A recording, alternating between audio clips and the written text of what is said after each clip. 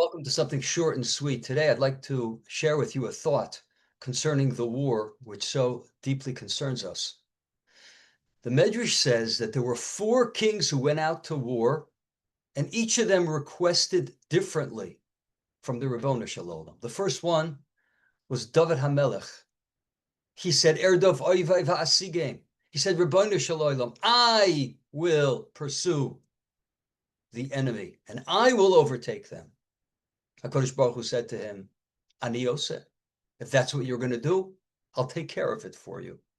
Ahmad Asa, another king, rose up, and he said in his day, Ein bikoach laharog lahem.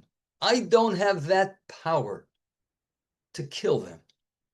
Ela ani rodef osam. I'm going to pursue them. Va'ata oseh. You, Ribbono Shel Olam, you finish off the job. The Ribbono Shel Olam says, Ani Yoseh. That's the way you want to do it. That's what's going to happen. Ahmad Yehoshaphat, one of the Malchei Yehuda, rose up and he says, Ein bi koach lo laharog, lo la'abed, lo lirdof, ela ani omer shira. I can't pursue. I can't kill. I am going to sit back and I'm going to say shira. The Navi came to Yehoshaphat when Bnei Ammon, Bnei Moav came against Klal Yisrael. And the Navi said to him, Ki la Hashem, lo lachem hamilchama, ki lelokim. War is God. He went to the Levium, this Yehoshaphat did. They sang, Ki liolam chasdo. And they were victorious. The fourth king was Omad Chizkiyahu. Omar, ein bikoach lo laharog, v'lo lirdof, v'lo loshir shira. I can't do anything that the three previous kings did. I can't even sit back and sing Shira. Elani Yashan al mitasi. I'm going to go to sleep in my bed. Va'ata oseh. And you, Ribbono Shel Olam, you take care of things. And we know the rest of the story. Ashur had amassed against Yerushalayim. And in the middle of the night, while Yechizkiyahu was sleeping, Malach came in and destroyed the entire camp of Ashur. What is the meaning of this? This descending order, this decline. It seems to be that as the king's history went on, they had to do less and less. What does this mean? Rav Dessler explains that each of these kings wanted to recognize the fact that indeed it's HaKadosh Baruch Hu who fights the battles. And therefore David HaMelech said, I can go through all the motions. I could pursue. I can strike. And yet I could say, Ata Oseh. Ribbono Shel Olam, with everything of Teva that I do, of nature that I do, I realize that it's you. I can be involved maximally and yet feel that it's HaKadosh Baruch Hu's strength. HaKadosh Baruch Hu says to David HaMelech, you are so correct.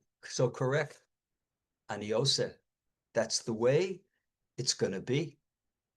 Asa came along and he says, I'm not David HaMelech. I recognize that.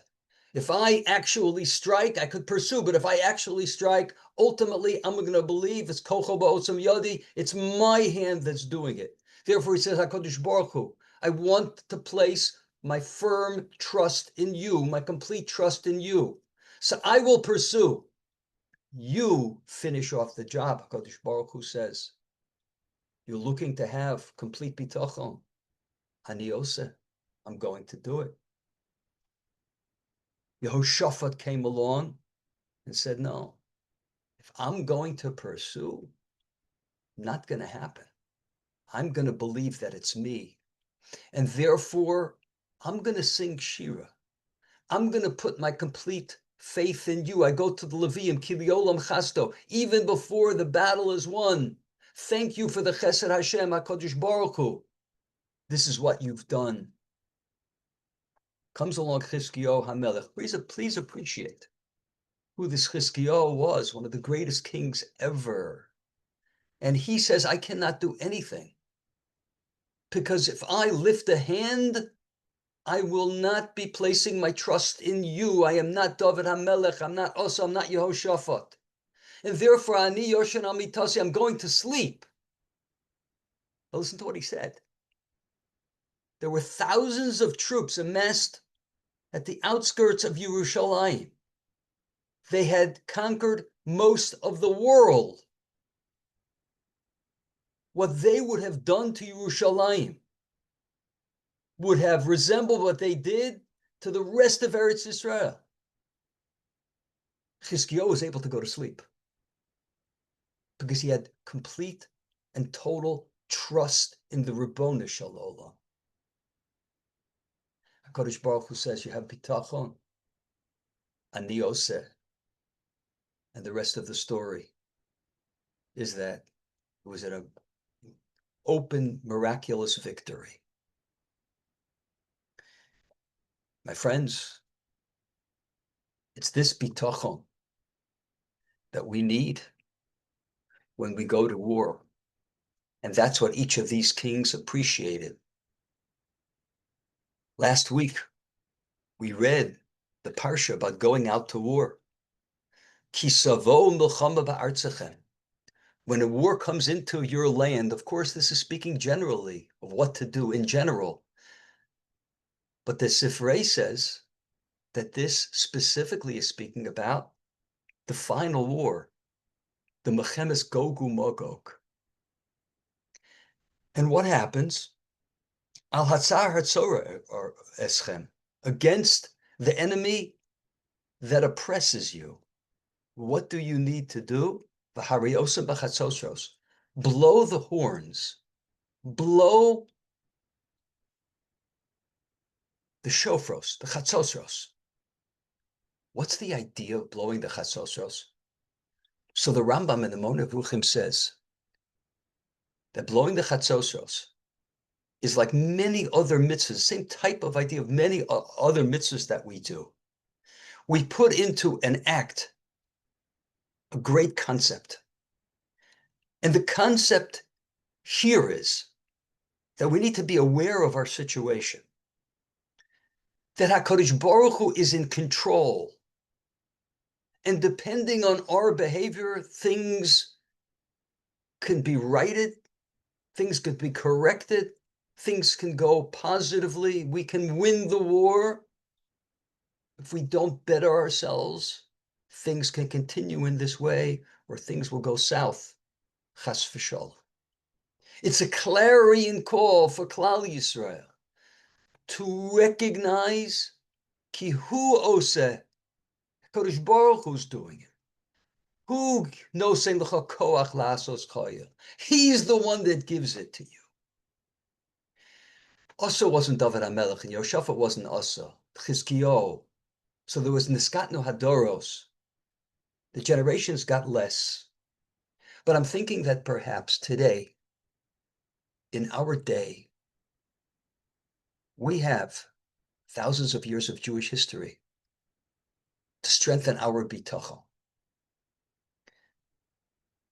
The Rabbi Yaakov Emden and Rabbi Yonasan Eiberschutz, some of the great Achronim, they both teach us that the miracle of Jewish survival, the one sheep among the 70 wolves of the nations for thousands of years survival, is greater miracle than Exodus from Egypt and Yetzias Mitzrayim. We have witnessed this. And now we have witnessed so many other incredible things in our day. We've witnessed the return of our people to our homeland, the building up of the Yishuv in Eretz Israel. If somebody would have told a person 150 years ago what would exist in Eretz Israel today, they would say, you probably believe in the words of the prophets because you're a dreamer. And look what we have. If somebody would have told 1945, the regrowth, the regeneration of the Torah world in Eretz Israel, in America, and around the world, it would have been thought to be impossible. It was seen to have been to disappear. And the Nisim that you and I have witnessed over the last years, the Gulf War, before that, the Six-Day War, the Yom Kippur War, the Gulf War, the Nisim that we've experienced over the last week.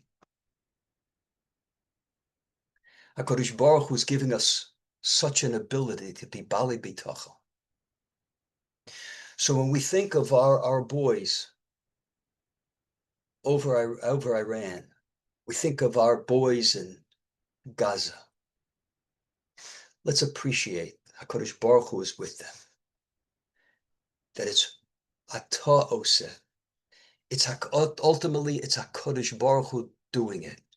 Let us figuratively sound the chatzosros, as the Rambam says, which gives us that clarity that it's HaKadosh Baruch Hu, in the zechus of those brave soldiers who give their lives for us, in the zechus of our bitachon, we should indeed see the kiyum of the rest of the pasuk, v'niskartem l'fnei Hashem Elokeichem.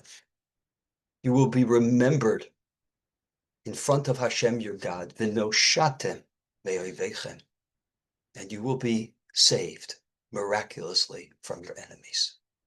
So it should be. Thank you so much for listening. Have a wonderful Shabbos.